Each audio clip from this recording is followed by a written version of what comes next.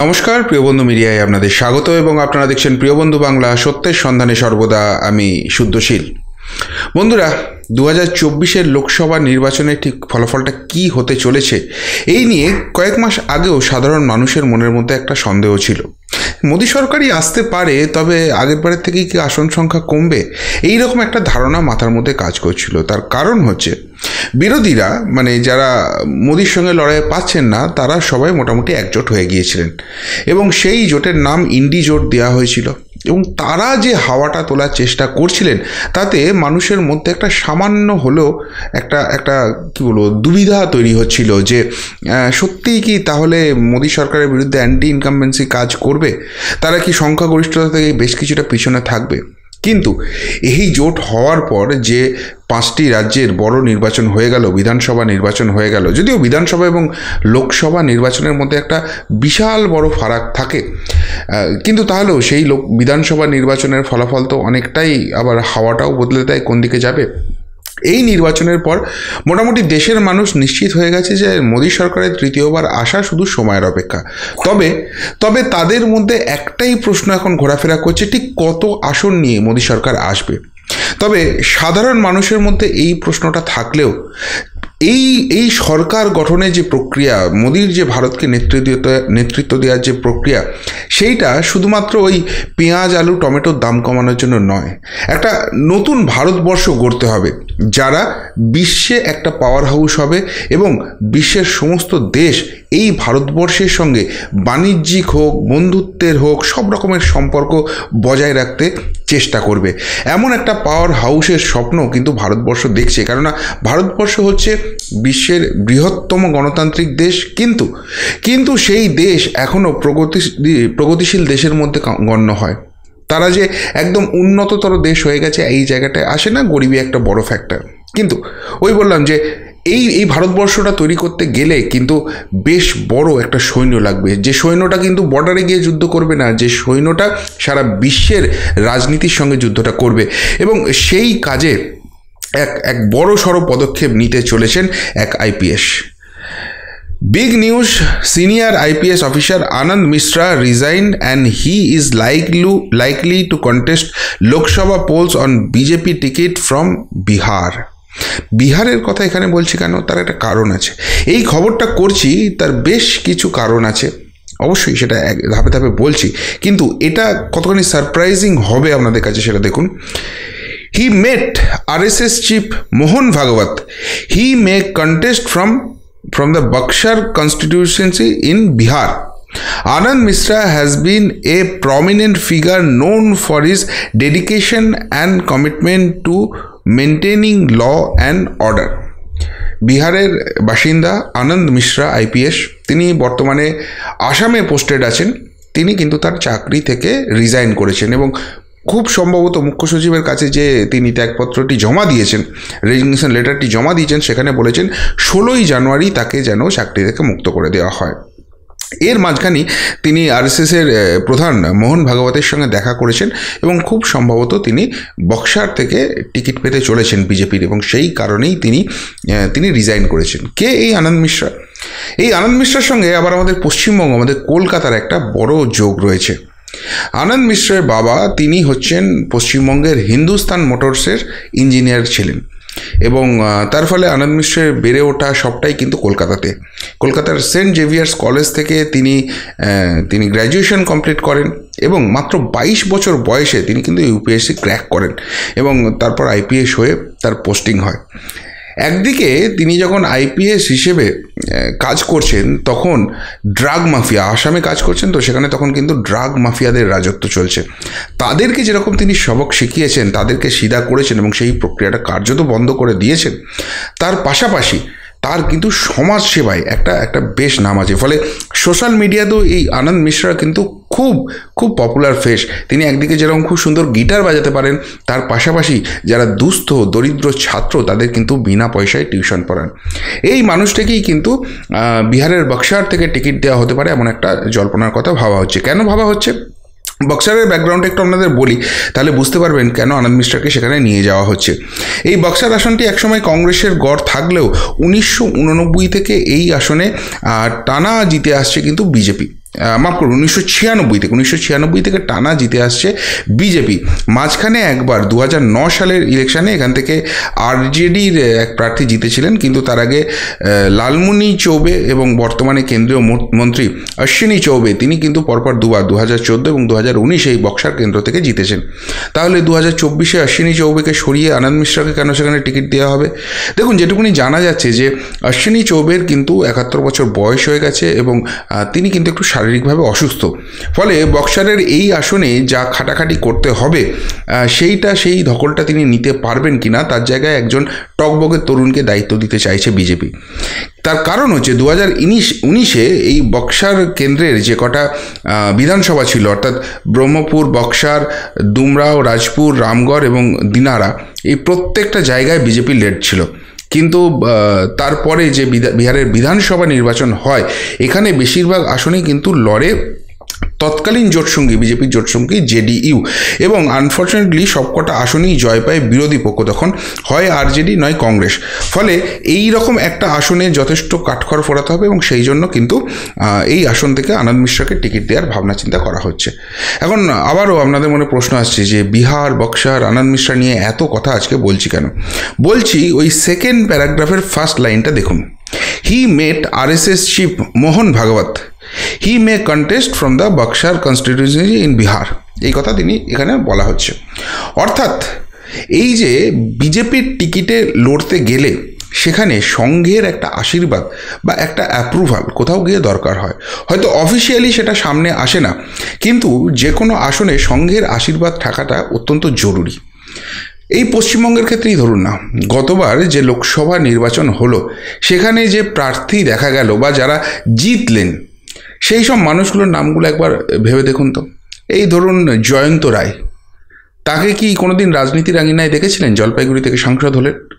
বা ধরুন ডক্টর সুকান্ত মজুমদার, কোনোদিন শুনেছিলেন তার নাম রাজনীতির আঙিনায়? কুনার হেমব্রম ঝাড়গ্রাম থেকে সাংসদ হলেন, শুনেছিলেন? কল্যাণ চৌবে রাজনৈতিক নেতা, এরা সকলেই কিন্তু টিকিট পেয়েছিলেন, কেননা সংঘ পরিবার তাদেরকে মনে করেছিল যে তোমরা এবার রাজনীতির ময়দানে যাও, রাজনীতির ময়দানে গিয়ে তোমরা লড়াইটা করো। ফলে বিজেপির যে রাজনৈতিক জায়গাটা রয়েছে, আবারও বলি, অন্য দলের সঙ্গে বিজেপির একটা বেসিক ডিফারেন্স আছে। প্রত্যেক দলের যেটা মূল রাজনৈতিক শাখা হয় সেটাই সবাই পরিচিতি পায় এবং সেখান থেকে তাদের বিভিন্ন সমাজ কল্যাণমূলক শাখা বার হয়। এক্ষেত্রে কিন্তু পুরোপুরি আলাদা। RSS হচ্ছে মূল সংগঠন এবং তাদের একটা রাজনৈতিক শাখা আছে যেটার নাম হচ্ছে বিজেপি বা ভারতীয় জনতা পার্টি। অন্য দলের সঙ্গে এইখানে পার্টি উইথ আ ডিফারেন্স বলে না বিজেপি, এই কারণেই কিন্তু তারা বলে।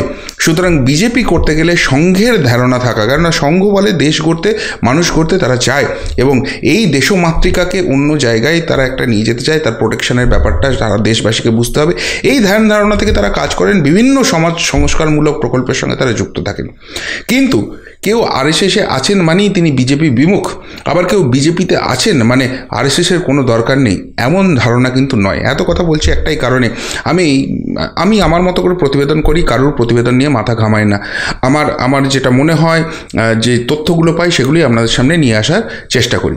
কিন্তু বিগত কয়েকদিন যাবৎ একটা ঘটনা ঘটছে যেটা আমি খুব বেশি ড্র্যাগ করতে চাই না, কিন্তু আমাকে দেখে দেওয়ার চেষ্টা করা হচ্ছে, এবং শুধুমাত্র আমাকে নয়, সেই যিনি করছেন এটা, তিনি এর আগে আমার আগেও শফিকুল ইসলাম বা সন্ময় ব্যানার্জিকে সেই একইভাবে দেখে দেওয়ার চেষ্টা করছেন এবং খুব বিশালভাবে প্রচার করার চেষ্টা করছেন। একটা আত্মপ্রচারের জায়গা রয়েছে যে আমাদের যে প্রতিবেদন করছি সেখানে বিজেপির ক্ষতি করার পাশাপাশি সংঘ পরিবারেরও সম্মান মাটিতে লুটিয়ে দেওয়ার আমরা কাজ করছি এবং এটা করার জন্য আমরা নাকি পয়সা পাচ্ছি এবং সেই জন্য এটা একটা উদ্দেশ্য প্রণোদিতভাবে করছি। এত কথা বা এই প্রতিবেদনটা করার কারণ হচ্ছে এটাই। আচ্ছা, আনন্দ মিশ্রা তো বিজেপির টিকিটে লড়বেন, তার মোহন ভাগবতের সঙ্গে দেখা করার কি দরকার ছিল যদি বিজেপি আর সংঘ পরিবারের কোনো রকম কোনো ব্যাপার না থাকে? আরেকটা আপনাদের বড় উদাহরণ দিচ্ছি, তাহলে আপনারা বুঝতে পারবেন। এই বাংলায় আপনারা কিছুদিন আগেই দেখেছেন কেন্দ্রীয় স্বরাষ্ট্রমন্ত্রী অমিত শাহ এবং বিজেপি সর্বভারতীয় যিনি সভাপতি রয়েছেন ডক্টর জেপি নাড্ডা একসঙ্গে পশ্চিমবঙ্গে এসেছিলেন এবং রাজ্য নেতাদের সঙ্গে বৈঠক করেছিলেন। আরেকটা খবর, আজকের আনন্দবাজারের খবর, সেখানে এই খবর আগেও ছিল, কিন্তু আজকে আমি একদম রেফারেন্স নিয়ে বলছি, এটা আমার খবর, বানানো খবর, উদ্দেশ্য প্রণোদিত খবর, এই কথা যারা দাগিয়ে দিতে চাইছে তাদের জন্য এই খবরটা আমি রেফারেন্স নিয়ে করছি। শনিতে কলকাতায় ভাগবত, দুর্গাপুরে দত্তাত্রেয়, ভোটের আগে বঙ্গে দুই সংঘকর্তার নানা কর্মসূচি, থাকছে চমক। আচ্ছা, যে স্টাইলে নাড্ডাজি বা অমিত শাহজি এলেন, সেই একই স্টাইলে কেন মোহন ভাগবত এবং দত্তাত্রেয় হোসবলে তারা একসঙ্গে পশ্চিমবঙ্গে আসছেন?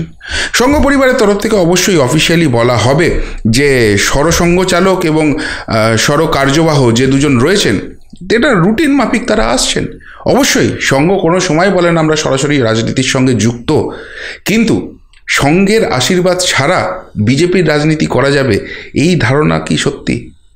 আপনারা তো অনেকেই সংঘ করেন, আপনারা তো অনেকেই বিজেপি করেন, বা এই সম্বন্ধে পড়াশোনা করেন, এই সম্বন্ধে খোঁজ খবর রাখেন, আপনারা বলুন তো।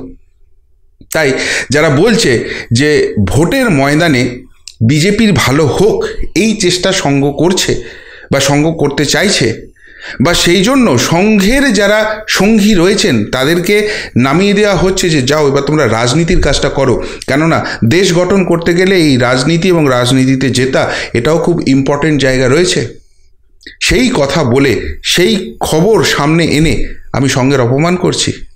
এটা যারা প্রচার করছেন বা করতে চাইছেন তাদের কি উদ্দেশ্য আছে একবার বুঝে দেখুন।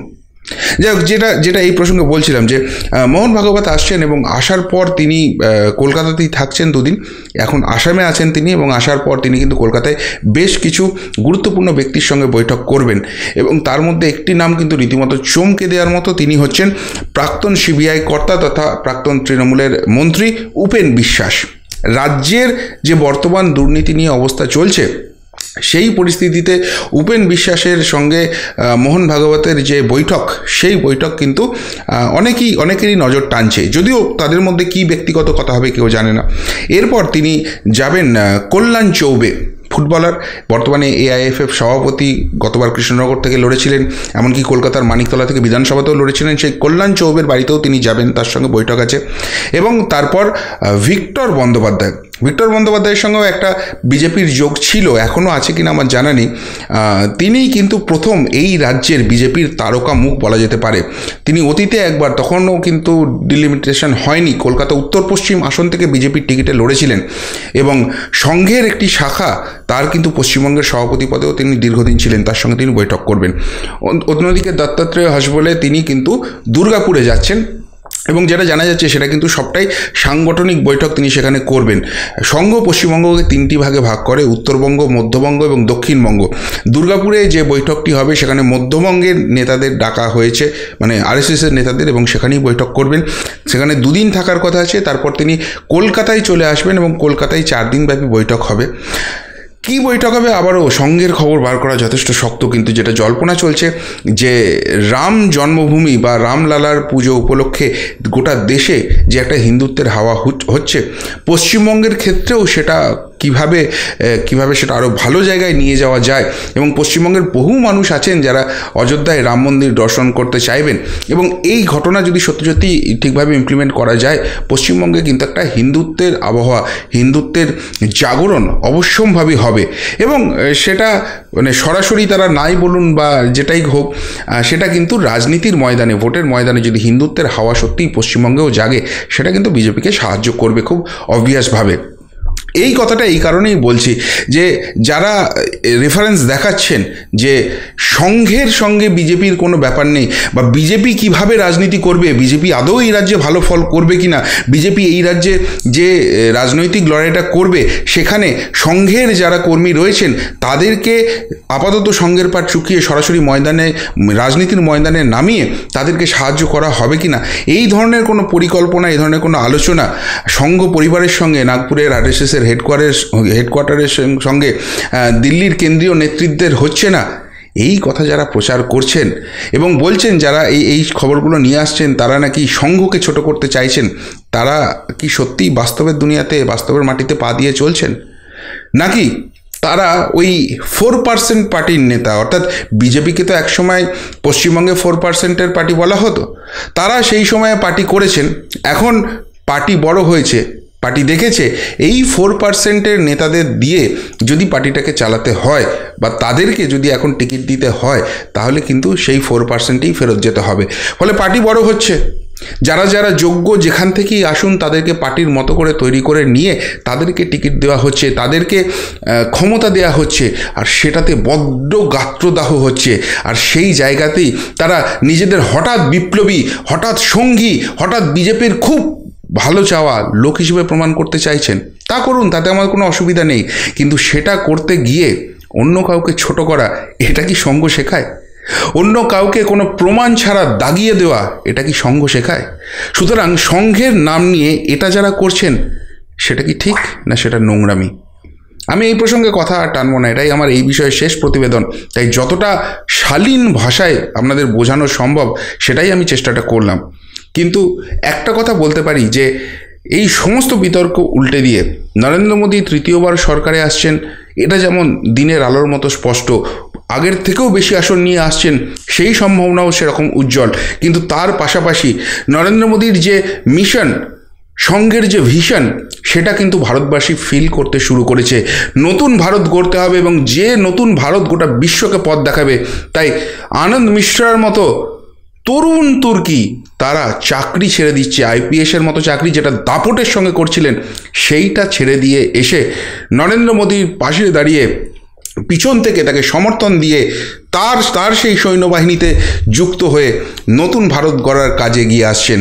আর এটাই বোধহয় সংঘ পরিবার এবং মোদী সরকারের সবথেকে বড় সাফল্য। আপনারা কি বলবেন এই নিয়ে? যদি কিছু বলার থাকে অবশ্যই কমেন্ট বক্সে কমেন্ট করে জানাবেন। এখনকার মতো এখানেই শেষ করলাম, ফেরত আসছি নতুন প্রতিবেদন নিয়ে খুব তাড়াতাড়ি। ভালো থাকবেন, সাথে থাকবেন, পাশে থাকবেন। নমস্কার।